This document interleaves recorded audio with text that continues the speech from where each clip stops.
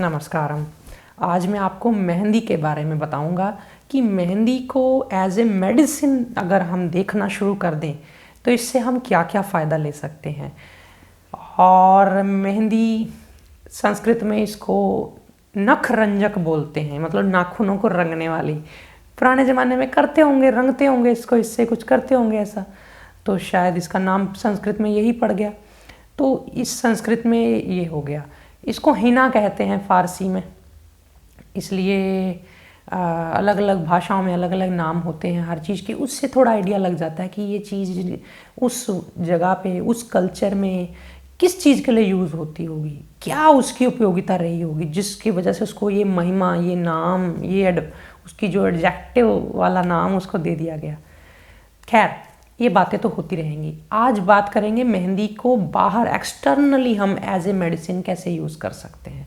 देखो, मेहंदी की तासीर जो होती है ये ठंडी है, फिर भी कड़वी होने की वजह से ये ठंडी है तो पित्त का नाश तो करती ही करती, कफ का भी करती है, पर वात के लिए बहुत ज़्यादा अच्छी भी नहीं है, बुरी भी नहीं है।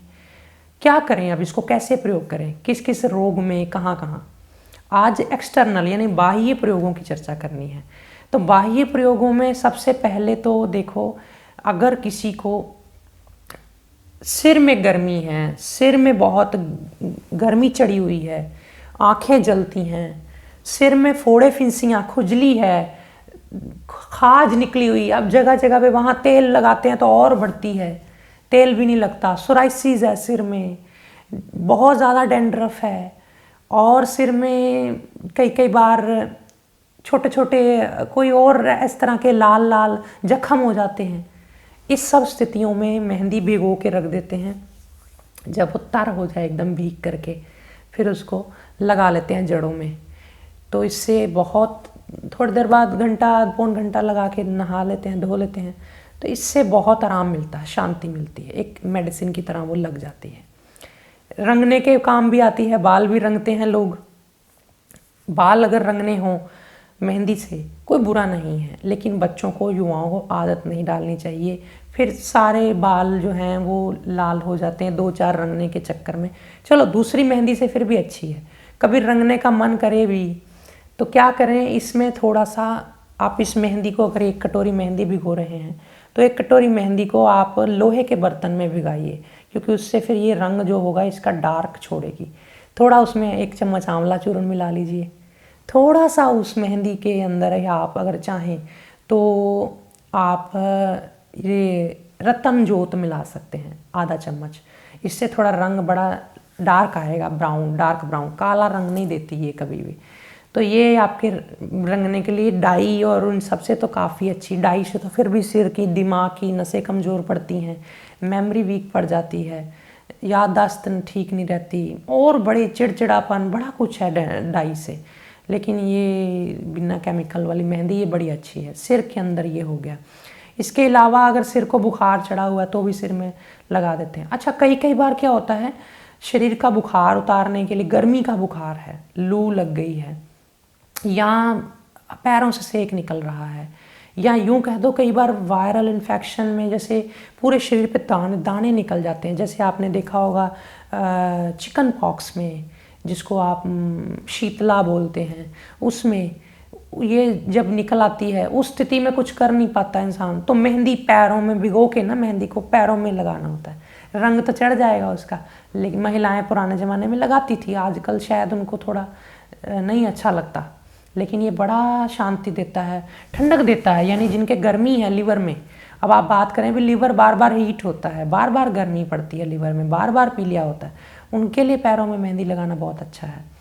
लेकिन जिनको फेफड़ों के रोग है, जिनको कफ है, जिनको साइनस है, जिनको नज़ला है, जिनको छींकें बहुत हैं, उनको ना तो पैरों में लगानी है ना सिर में लगानी है मेहंदी, क्योंकि फिर वो ठंडी कर जाएगी, उनके लिए सही नहीं। बाकी लोगों के लिए बहुत अच्छी है।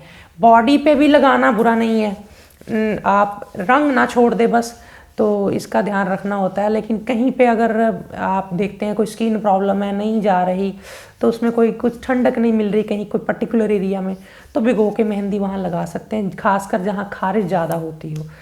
पित्तज खाज में, जब पित्त वाली लाल सुर्ख कभी खारश कुछ ऐसा बन जाए, उसमें ये मेहंदी भिगो के लगाना बहुत अच्छा रहता है।